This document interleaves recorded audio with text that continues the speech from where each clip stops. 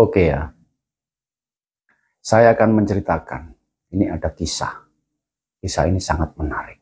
Ya, pada zaman dahulu, ya, ada seorang pemuda yang gagah, sangat tampan. Nah, pemuda itu duduk di pinggir sungai.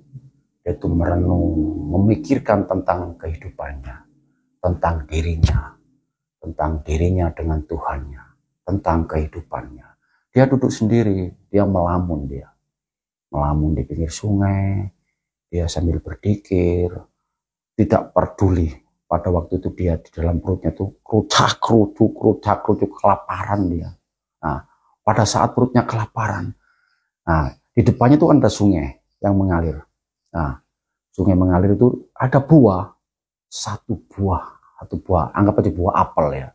Nah, buah apel itu hanyut di pinggir sungai. Buah itu sangat ranum dan sangat tua. Kalau dimakan itu sangat menggiurkan. Mungkin aja itu bisa menghilangkan lapar saya. Maka diambillah buah itu dari sungai itu, diambil. Dilihat, ditimbang-timbang gini. Perutnya udah kelaparan.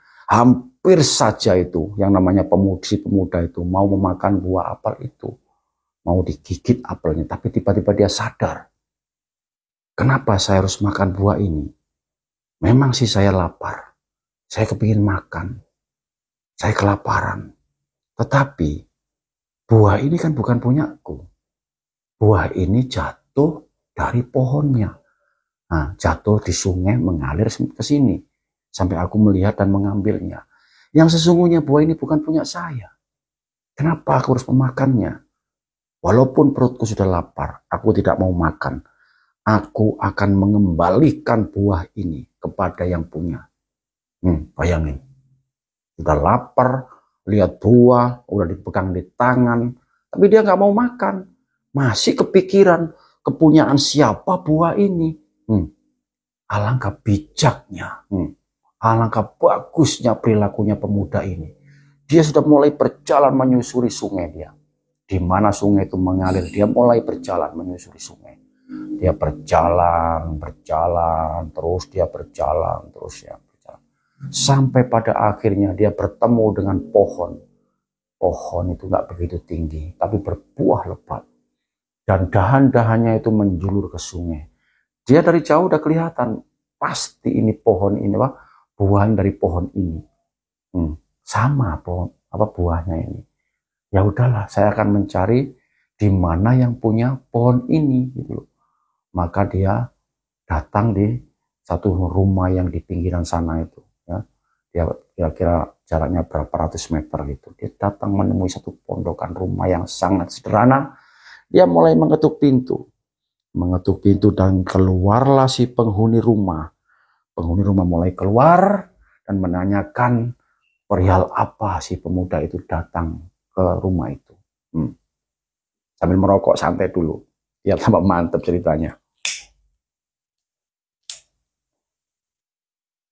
Akhirnya pemuda itu dipersilakan masuk. Wahai pemuda, ada keperluan apa? Ada gerangan apa? Kau datang ke rumahku? Enggak, Bapak. Ini saya tadi kan duduk ini di bawah pohon jauh di sana saya. Perut saya sangat kelaparan, Pak. Saya udah berapa hari ini nggak makan. Tapi tiba-tiba saya melihat ada buah yang mengapung di sungai. Saya ambil. Tetapi saya sadar kalau buah itu bukan punya saya. Saya mau makan, takut saya, Pak. Karena bukan hak milik saya. Maka saya akan berusaha mengembalikan buah ini, Pak. Nah, ternyata buah ini adalah pohonnya Bapak, gitu loh. Ini adalah bagian dari buahnya yang jatuh. Maka sekarang saya kembalikan kepada Bapak. Karena saya nggak berhak untuk memiliki atau memakan buah ini. Nah, dari situlah akhirnya si pemuda itu mengembalikan buah itu. Ya udah, Pak, kalau begitu saya mau pulang, Pak. Saya mau balik ini. Gitu. Nah, pas pemuda itu mau balik, mau keluar rumah, tiba-tiba dihalangilah sama si bapak itu. Hei pemuda, kamu nggak boleh balik. Kagetlah dia. Kenapa saya nggak boleh balik? Ada apa ini? Kamu sudah salah. Kalau memang buah itu bukan punyamu, bukan hak milikmu, kenapa kamu berani mengambil itu? Harusnya kamu nggak boleh mengambil. Karena itu bukan punyamu, itu bukan hakmu. Kagetlah si pemuda. Iya sih, saya salah saya. Kenapa saya mau mengambil? Padahal itu bukan punya saya, bukan hak saya. Padahal saya kan nggak makan. Tapi ya memang tetap salah. Katanya si bapak gitu, kamu tetap salah. Walaupun kamu nggak makan, ya memang tetap salah. Karena itu memang buah itu bukan punyamu. Kalau merasa bukan punyamu, ya kenapa kamu ambil? Makanya kamu salah. Nah, dengan kesalahanmu, hari ini kamu tak kasih hukuman. Akhirnya si pemuda itu berpikir-pikir, dia menimbang-nimbang. Karena kesalahannya dia mengambil buah yang terapung di sungai itu. Dia sudah salah. Makanya akhirnya sepakat dia, ya udah Pak, saya siap menjalani hukuman. Hukuman yang dari Bapak ini atas kesalahan saya tadi. Ya udah, mulai sekarang kamu di sini jadi pembantuku. Kamu harus melayani keperluanku yang di rumah ini. Kamu siap? Iya Pak, saya siap. Saya ikhlas. Udah, dia mulai membantu, disuruh membantu keperluan-keperluan apapun yang ada di dalam rumah itu. Pokoknya pendeknya dia jadi pembantu rumah tangga dia. Si pemuda itu. Hari demi hari, waktu berganti, minggu, bulan, dan tahun. Akhirnya sampai sekian tahun dia jadi pembantunya itu. Jadi pembantunya si bapak itu. Dan suatu ketika si bapak itu menemui si pemuda. Gimana kamu sekarang keadaanmu? Ya Pak, alhamdulillah, terima kasih. Saya baik-baik aja. Saya masih diberi kesehatan. Saya bisa tinggal di rumahnya Bapak di sini. Saya diperlakukan dengan baik. Saya bisa membantu Bapak melaksanakan hukuman saya atas kesalahan saya yang dulu itu. Kamu benar ikhlas kamu menerima hukuman ini. Menerima hukuman dari saya ini. Apa saya ikhlas? Saya sadar kok saya yang salah gitu. Memang itu kesalahan saya. Berarti kamu pemuda yang baik, pemuda yang bijak kamu. Nah, sekarang begini. Waktu hukumanmu ini sekarang sudah habis. Ya, berbahagialah si pemuda itu mendengar katanya hukumannya sudah habis. Makanya dia mau berteriak gitu. Wah, bahagianya seperti apa? Dia bebas. Nanti saya akan pulang kembali ke rumah. Saya nggak jadi pembantu lagi di sini. Itu perasaannya dia. Pas dia mau keluar rumah lagi ditahan lagi sama bapaknya. Hei pemuda, sini kamu. Ya Pak, ada apa lagi nih? Nah, saya mau ngomong sama kamu. Kamu kan sudah melaksanakan hukumanmu di rumah saya ini sebagai pembantu saya. Iya Pak, terus bagaimana lagi? Ini ada lagi satu yang kamu harus jalani. Apa itu Pak? Apa yang harus saya lakukan? Kan saya sudah melaksanakan hukuman ini. Sudah memberikan semuanya kepada Bapak gitu loh. Menepati janji saya dengan kesalahan saya. Maka saya rela menjalani hukuman ini. Apalagi yang Bapak inginkan dari saya gitu. Kamu harus mau menikah dengan anak saya. Saya punya anak gadis. Anak gadis saya itu satu-satunya yang saya cintai. Nah, anak saya itu lumpuh, matanya buta, telinganya budek, seluruh tubuhnya itu lumpuh, tangan-tangannya, kakinya itu nggak bisa apa-apa, lumpuh.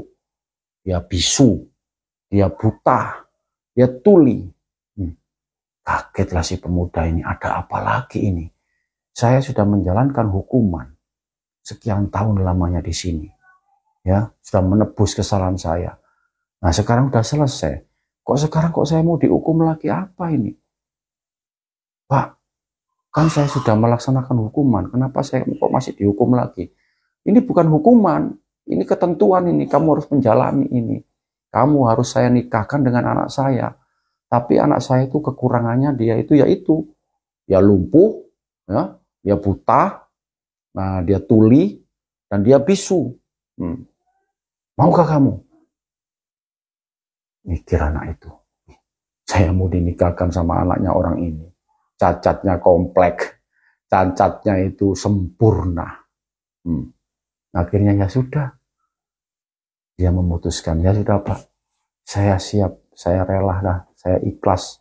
Saya mau dinikahkan sama anaknya Bapak yang lumpuh, yang tuli, yang buta, yang bisu. Saya siap dah. Apapun dah. Udah terlanjur basah ini Pak saya Pak. Udah ikhlas dah saya. Mana anaknya Bapak? Nah, Setelah itu tunggu di sini, ya. Kamu nanti saya nikahkan nanti sama anak saya itu. Dipanggillah itu yang namanya anak gadisnya itu. Dipanggil. Nah, sini kamu. Hari ini kamu mau saya nikahkan sama si pemuda ini. Jadi kamu tahu ya bahwa pemuda selama bertahun-tahun di situ tuh nggak pernah ketemu sama yang namanya anaknya bapak yang gadis itu. Nggak pernah ketemu, nggak pernah melihat.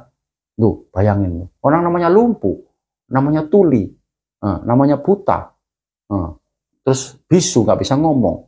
Jadi pemuda itu sekian tahun di situ di dalam rumah itu menjalani hukumannya sebagai pembantu. Nggak pernah ketemu sama perempuan itu, makanya dia kaget kok bapak ini katanya punya anak gitu loh. Makanya pas dipertemukan sama bapaknya mau dinikahkan, sini nak, dipanggil disuruh keluar dari kamarnya. Si anak perempuan itu kan lumpuh, nggak pernah keluar rumah, nggak pernah melihat apa-apa, dia buta, dia tuli, ya bisu. Dipanggil anaknya, dituntun sama si bapaknya mau dinikahkan sama pemuda itu. Pada saat dituntun di depan matanya, si pemuda itu kagetnya bukan kepalang, seperti disambar geledek dia. Astagfirullahaladzim, ya Allah, kaget dia. Katanya tadi anaknya lumpuh, tapi kok bisa berjalan? Katanya anaknya tadi buta, kok bisa melihat? Katanya anaknya tadi budak, kok bisa mendengar? Katanya anaknya tadi itu bisu, kenapa kok bisa berbicara? Kaget dia. Dia mau ngomong begini sama bapaknya udah ngomong duluan. Hei anak muda, ketahuilah, anakku itu lumpuh, ya. Anakku nggak pernah keluar kemana-mana. Dia tinggal di rumah. Dia dzikir, dia wirid, dia beribadah, dia istiqomah, dia tekun. Itulah yang namanya anakku lumpuh, nggak pernah keluar rumah. Nah, anakku bisu, tidak berbicara. Berarti anakku tidak pernah komunikasi dengan siapapun. Dia tinggal di rumah ini senantiasa berbicara dengan Allah, tidak pernah dengan manusia. Itulah bisunya anakku. Dan anakku tuli. Anakku tulinya itu adalah dia tidak pernah mendengarkan ya kata-kata, suara-suara dari siapapun. Itulah tulinya anakku. Nah, yang terakhir, anakku itu adalah buta. Buta karena apa? Dia tidak pernah melihat apapun di luar. Anakku senantiasa menjaga matanya dari perilaku-perilaku, dari perbuatan-perbuatan. Dan intinya anakku itu adalah ahli ibadah. Dia sering beribadah, dia istiqomah di dalam rumah, tidak melakukan apapun. Yang dilakukan hanya satu, antara dia dengan Tuhannya. Dan hari ini aku beri kamu calon istri. Aku nikahkan kamu dengan anak saya. Karena kamu adalah anak yang baik, ya, anak yang soleh, ya, perilakumu bagus, budi pekertimu bagus. Mungkin ini kau bisa bersandingan dengan anakku. Karena apa? Ini adalah kehendak dari Allah yang ditentukan pada hari ini. Saya harus menikahkan anakku sama kamu. Dan pada akhirnya terjadilah pernikahan. Jadi anaknya bapak tadi dinikahkan sama si pemuda itu. Nah, dengan pernikahan inilah, ya, dengan menyatunya antara si gadis dan pemuda itu, anaknya bapak itu sama pemuda itu. Nah, setelah pernikahan itu dan anak perempuan itu akhirnya hamil. Nah, sekian lamanya dia hamil dan lahirlah seorang bayi laki-laki yang sangat tampan. Dia lahir itu bercahaya badannya, bersinar badannya itu. Anak laki yang ganteng, yang bercahaya, yang elok, yang rupawan. Dan akhirnya anak laki-laki bayi itu diberi nama Abdul Qadir Jailani. Kita semua tahu kan bahwa itulah kelahirannya Syekh Abdul Qadir Jailani.